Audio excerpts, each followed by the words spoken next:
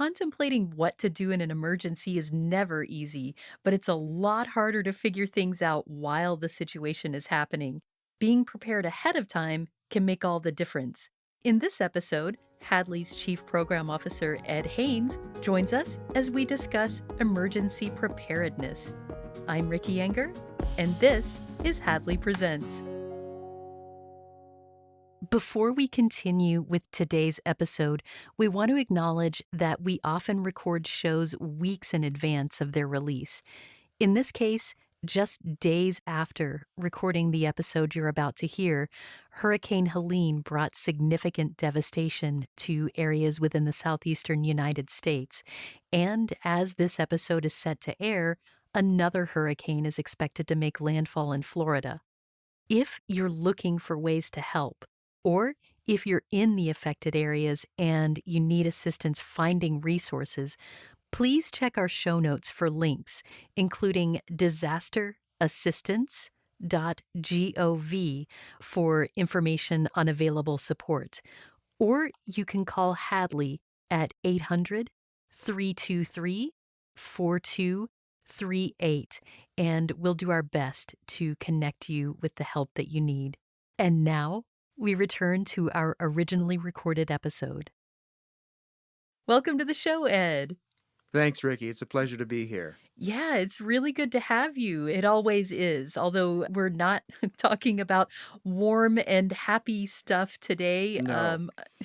I do actually think, though, that, it does feel good, or there's a sense of relief, at least, to have certain things figured out ahead of time, to be able to mark off the list and say, I may not know everything, but at least I have some ideas of what to do if this particular thing happens. Yeah, very true. So, yeah, that's what we're going to talk about today is emergency preparedness. So just thinking about what you will do when something unexpected happens. And it was interesting as we discussed this because at first it was like, well, isn't this a universal thing? Like if you've watched the news or you've read articles about what to do in an emergency, you probably know what you need to.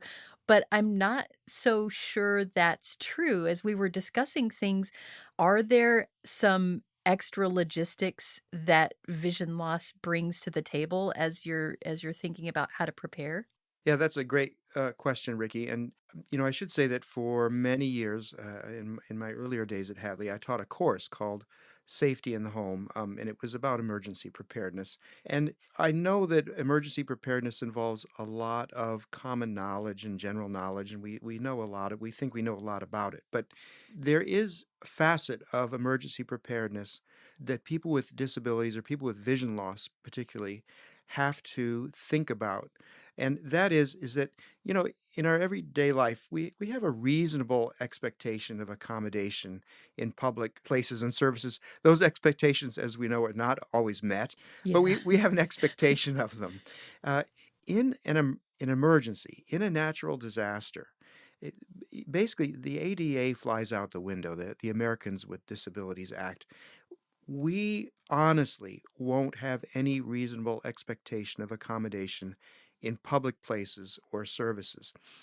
People who are normally designated to help us out are going to be busy or non existent.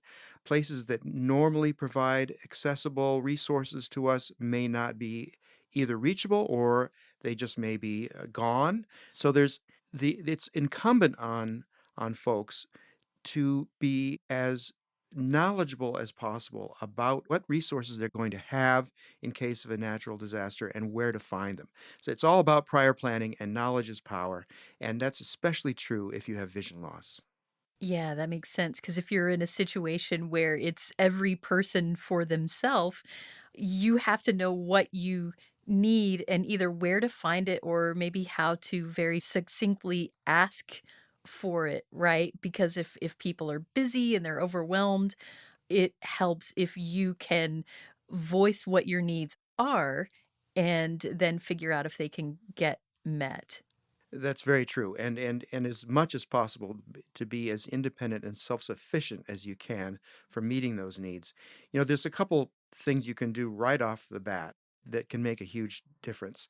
The first thing is that a lot of places where we live, the risk level for natural disasters has changed in recent years. That's due to a number of environmental circumstances, but areas that are previously that weren't vulnerable to flooding or weren't vulnerable to fires now are. Yeah. So if you need to know your neighborhood and your area's risk level. It may have changed. So find out what that is.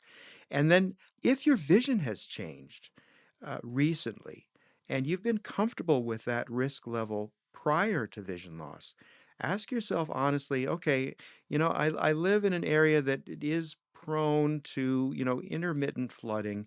That was okay with me when my vision was typical because, I knew I'd be able to cope. Well, now that I've lost some vision, is that still okay? Am I confident that I can still do what I need to do to survive in the case of the next flood? So know your area's risk level, and then know your own capacity to be comfortable with that. The second thing you can do right out of the gate is almost every municipality, every county in the United States has some sort of emergency management coordinator. So, and it doesn't hurt to know who that entity is, if it's a group or a single person, and to make yourself known to that entity and to ask them questions ahead of time, like, "What are your plans if my street floods? Where are we in terms of priority for rescue, etc." And if you belong to a peer support group, a vision loss support group, if there's a local emergency management coordinator, in my experience, those individuals are more than happy to come to talk to your group and sort of educate you as a community. So it doesn't hurt to find out who that entity is and try to engage with them. Yeah, that's a really good point and one that I hadn't really thought about. So that's going on my list as well. And I've been in my neighborhood for a number of years and just hadn't considered it. So the more you know. When we are watching the news, it's hurricane season here, so this comes up a lot right now, and they always say, "Make sure that you have your go bag or your bug out bag," or whatever it is, that you're calling it. Make sure you have that ready, and so I'm wondering if there are things beyond, I guess, just the traditional stuff that you should have food, water, maybe a change of clothing, some hygiene items, stuff like that. What beyond those things should we think about with vision loss? Does that change how we prepare these go bags? I think it might. People with vision loss often use adaptive aids to make sure that they can do whatever they need to do. I'm talking about magnifiers, Right. canes, Yep. even mobile devices. So if you can afford to, or if you have the ability to, it doesn't hurt to have extras of some of those things, like at least an extra cane or extra magnifiers if you're using them. If you are someone with hearing loss and you have a hearing aid, you use a hearing aid, they're often very expensive, but if you have a cheaper version, it doesn't hurt to pack one of those. So if you can have duplicates of some of those critical adaptive aids that you use to accommodate your vision, I would recommend packing those. Yeah, and that can be hard if it's like you said, it's hard enough to afford one of them, but the approach I tend to take is for my cane, for example, I have an old beat up one that's still functional. I wouldn't use it for daily use, but it is still good enough for, well, in an emergency. And I guess the same could be true for magnifiers. Maybe you've got that drawer full of stuff and you have the one that this doesn't work for me every day, but in a pinch, it's still going to give me what I need, right? Yeah, exactly. And in my experience, folks usually have a drawer full of magnifiers. Yeah. So since we're talking about magnifiers, it also needs to be said that most of those have integrated lighting with them. They're lighted magnifiers, so Right. batteries are going to be critical as well. If Mhm. you have an old magnifier that you want to include in your to-go bag, it wouldn't hurt to keep some extra batteries for that, especially if those batteries have been sitting in there a long time. It's likely that they're going to be worn out. Yeah. What about other technology? We talked about mobile phones and I will be the first to say that I depend on my phone a lot, but are there things that we should be thinking through? If I'm depending on my iPhone for everything, is that going to be sufficient for me to grab that during an emergency, or are there some other things I should consider? Well, that's a good question because phones are only as good as cellular networks Right. and data services. Right now, if those are disrupted, if your power is out and your router's not working, or cell towers are down, and you're not getting a signal, a lot of the apps that you might use, particularly for navigation and communication, are no longer going to be sufficient. So it's not a bad idea just to be honest about your dependency on tech. If you'd use a lot of tech to accommodate your vision loss, and if you can think of workarounds for that tech, they may not be as convenient, they may not be as easy to use. It's not a bad idea to have a list of those in your head. And if you haven't done that in a while, to practice them. I'll just give you an example. For instance, if you're using your phone for navigation or GPS, for instance, can you use a braille compass or a talking compass? There's other ways to make sure you know where north, south, east, and west are. And that may be really critical when you hear on the radio, okay, everybody head south because the disaster is approaching from the north. So Right. Yeah. yeah, so if you're dependent on tech, we all are right now, but Hmm. if there are ways that you can do things without tech that you can have as a backup, that's not a bad idea to have those handy and have that knowledge handy. Yeah, I think that's good advice no matter what, because, tech is as good as its battery in a lot of cases, and Right. it might not be an emergency, but being out and about and suddenly you're without it, like, do I have those backup skills? So yeah, that's important. What about things like figuring out what's in your go bag? Maybe you've thrown a lot of stuff in there and now you're pulling things out and all these packages feel the same. What is going to help with that sort of thing? Organization, really, and when someone loses vision, usually they find out pretty quick that being organized is a big help in terms of just getting things done and getting things done as quickly as you used to. And that's true for anything in your go bag, if particularly if you have food items and different types of bandages or whatever you decide to put in there. And there are lots of lists out there, by the way, for what to put in a go bag, Right. but they should be labeled in a way that you can quickly, not just slowly, but quickly access them and get exactly what you need right away. So you need to label them in a way that you can identify them easily, either with large print or braille. You may be having to look through that bag in the dark. And if your vision is limited anyway and light's not so good, you need to find a bandage really quick or an aspirin. Have them labeled in some way that you can find them, or organized in some way that you can put your hand on them right away. Yeah, that makes sense. I was talking to someone recently and she mentioned even having a roll of tape or something where if you are away for a little longer than a night or a day or whatever it is, having ways to mark things that you get that may not be in your go bag. Maybe you're in a hotel or something like that, and you need to label the shampoo and conditioner, just something that you can use to mark things that aren't marked already, whether that's a 2020 pen or again a roll of tape or what have you. So yeah, there's a lot you can do. What about things like meds and eye drops and things like that? Are there any special things we should think about or just kind of knowing that you're going to need some on hand? Well, I guess yes to both of those questions. If you've lost vision because of diabetes or glaucoma, then it's possible that you are taking medication for both of those conditions, and you're going to want replacements for those. If, particularly with regard to diabetes, if you are using regularly a blood sugar meter, test strips, things like that, you'll need to have replacements for those, or at least have a place in your to-go bag for those things. Eye drops for glaucoma. There's some medications that you might need to actually keep cold, so then you'll have to have a cooler on hand and a supply of ice or some kind of coolant to keep that stuff at the right temperature. So, yeah, I think there are some considerations if you've lost vision due to a medical condition does require you to keep track of medication levels and sugar levels and that kind of thing. Makes sense. Yeah. A lot of what we've talked about so far is very physical, tangible stuff. So, various items and various things that you can touch or mark or see or whatever. Yep. But I think information is equally as important as the devices or items that you carry with you. So, I'm wondering if we can just talk about the kinds of info that you should have on hand and maybe how you go about doing that. Sure.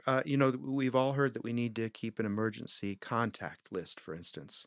And most of us assume that that contact list, and I know mine is, it's on the phone, Mhm. right? Okay, it's on my phone. Yep. But my phone is also locked. So if I've been injured in an emergency and I'm unable to unlock my phone for some reason, and someone who's assisting me needs to find out where my emergency contacts are, they're not going to be able to find them. So it's helpful to have a printed or braille version as well. Just don't assume you can access your contact list on a mobile device. Other people need to access it too. And then, it's helpful for someone else other than yourself to have a copy of that list. Maybe one of a relative or a friend who lives some distance from you, because your list may not be secure. You may have lost it in a hurry to leave. It doesn't matter, and you're not going to remember all of those numbers. So if you have someone you can call or contact or go to that has a copy of your list, that's a big help too. Yeah, that's a good point. And actually, we do have a series of workshops at Hadley, and it's the Safety Basics series. And in that series, there is actually a contact list template. It is fully accessible, of course, and it gives you a nice place to start where you fill out that info and then you can print it, you can emboss it, you can do whatever. So maybe it's there on your device, but it's also available to someone else as well. Talking about mobile phones, there is the medical ID and other stuff that's, there in your phone, and, theoretically, the medical ID, which has all of your meds info and such, should be visible on the lock screen, but the problem can be if you are using certain types of accessibility options, like if you have voiceover or talkback on that medical ID, you're not going to be able to tap on it. You have the gestures for double tapping for these mobile screen readers, and not everyone is going to know that. Right. And so just being aware of that, it's a good idea to have that filled out, but also know that if you're incapacitated, you might not be able to explain, "Oh, here's what you need to do to unlock my phone or to view that stuff." No, that's absolutely true. And thank you for pointing out the Safety Basics series that we do have on our website, a series of workshops all about the subject today. And I recommend anyone who's interested in exploring further the topic of emergency preparedness to go check those out.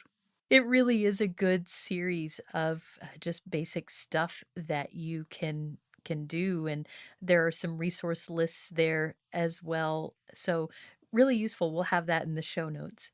So, let's think about if something is happening and you're not able to shelter in place. Maybe it's you have to evacuate for a fire or a hurricane or something where you have a little bit of time to then get out. What are some things we need to think about in terms of getting out safely?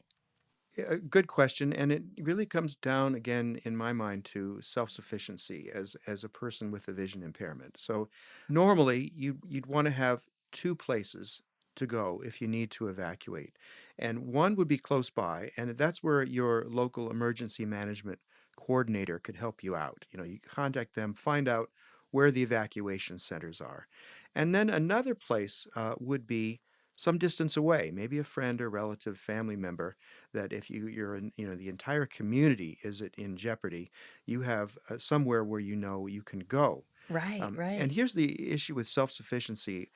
I don't drive, for instance. So if you're not driving regularly, we tend sometimes to sort of lose track of how to get where we need to go. We're letting other people do it. Uber, right? Uber drivers or taxi drivers or paratransit, etc.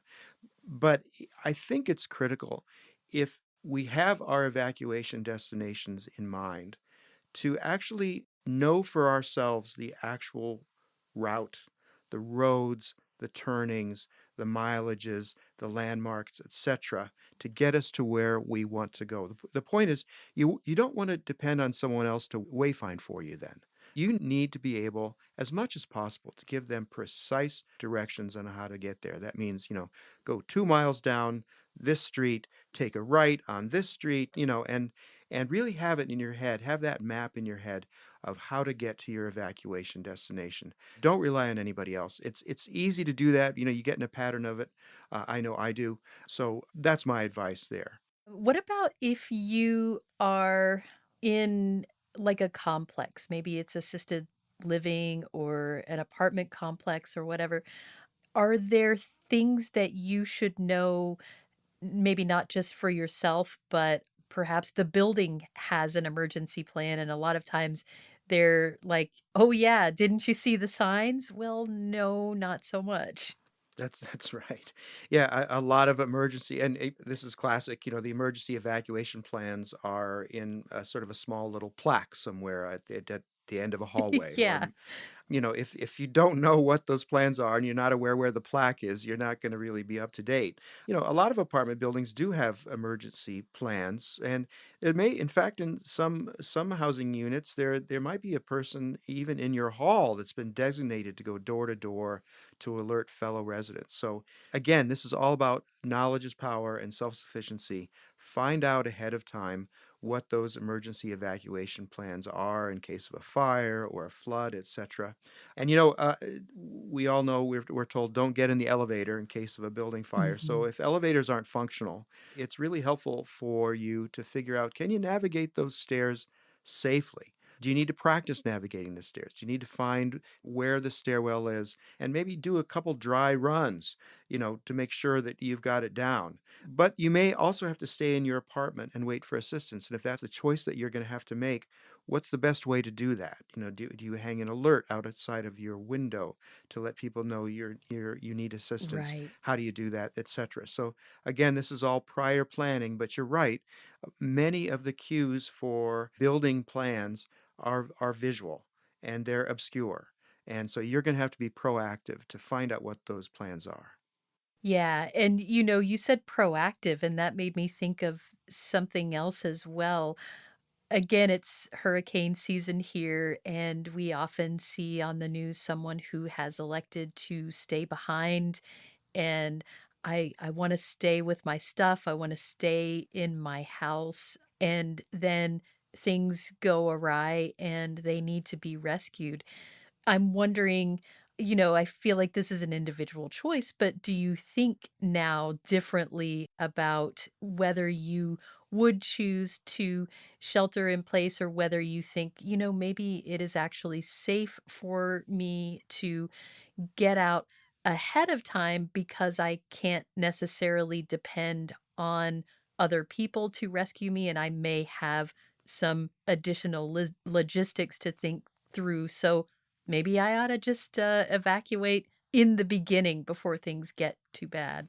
Yeah, I personally err on the side of caution, but I will say, there will be notices if the natural disaster or the emergency is, there's enough time. There'll be notices from authorities about when it's time to evacuate. Right. Yeah. And my advice would be do not ignore those notices. If you decide to shelter in place and you just don't want to leave your home, if the disaster then occurs in your neighborhood or in your area, emergency personnel are going to be overwhelmed. So rescue may not always be quick. That's something you're going to have to make a personal decision about. Yeah, and I think as things are happening, you wanna be able to keep up to date with what's going on, and that in and of itself is a chore sometimes, because if you watch the news, you are presented with an, as you can see here, this is the trajectory of whatever this thing is heading your way. And that may not be accessible to you anymore. So, what are some ways then to keep updated on what's going on in a way that is going to work for you? Good question. And you're right. You're watching the TV and they're pointing to a map, right? They're not. Yep. Um, uh, I have a weather radio, an NOAA, National Oceanographic and Atmospheric Administration weather radio on hand. It has a hand crank, so it'll power up without a battery, and I can monitor weather on that if I need to. You can get sign up for mobile phone alerts and warnings about severe weather in your area. And then there's the FEMA app, the Federal Emergency Management Agency. And you can download that app on your phone and get alerts there as well. So there's other places than just the television and your sort of local radio weather person who may or may not be giving you helpful information in a non-visual way. So the other thing I would say is if you are going to use a weather radio or use the FEMA app or whatever, practice using those first.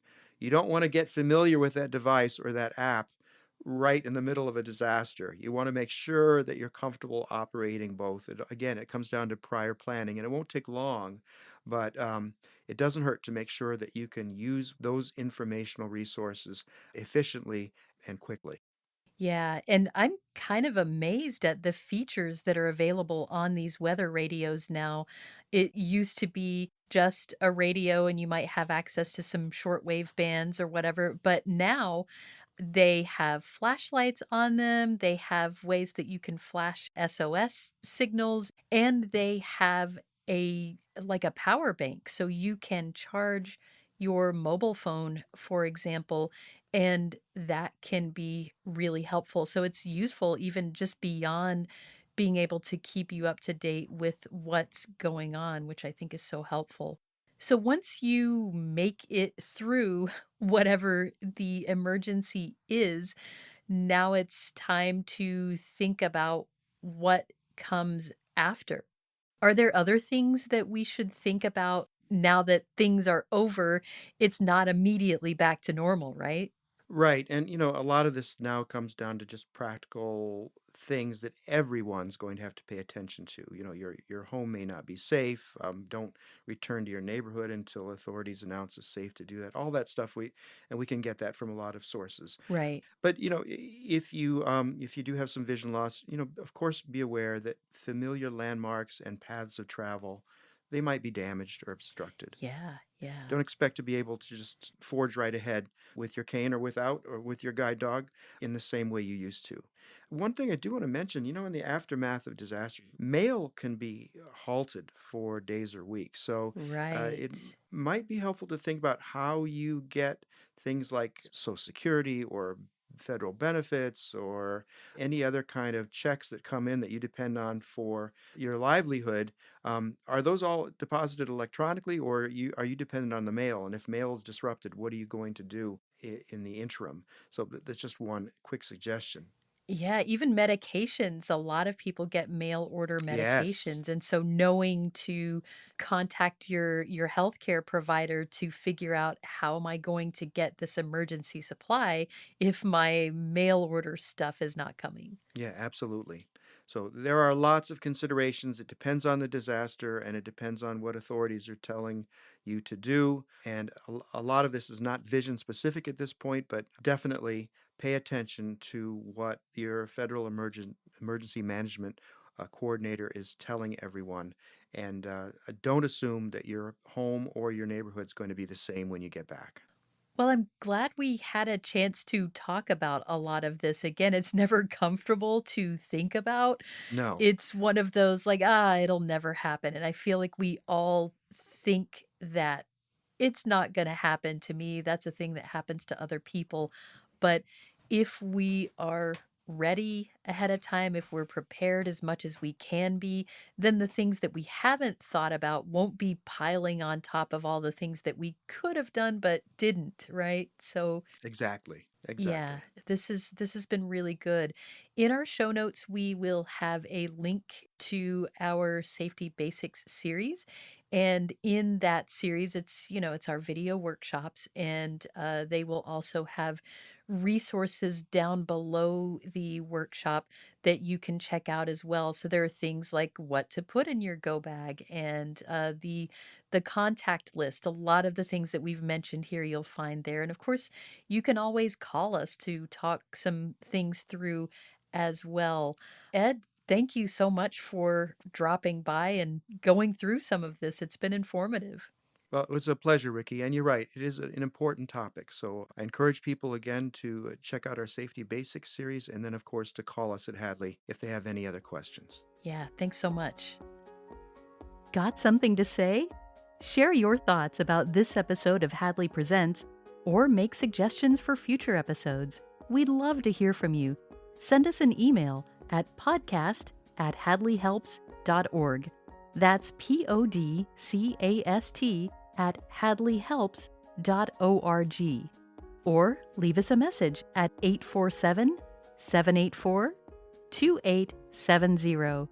Thanks for listening.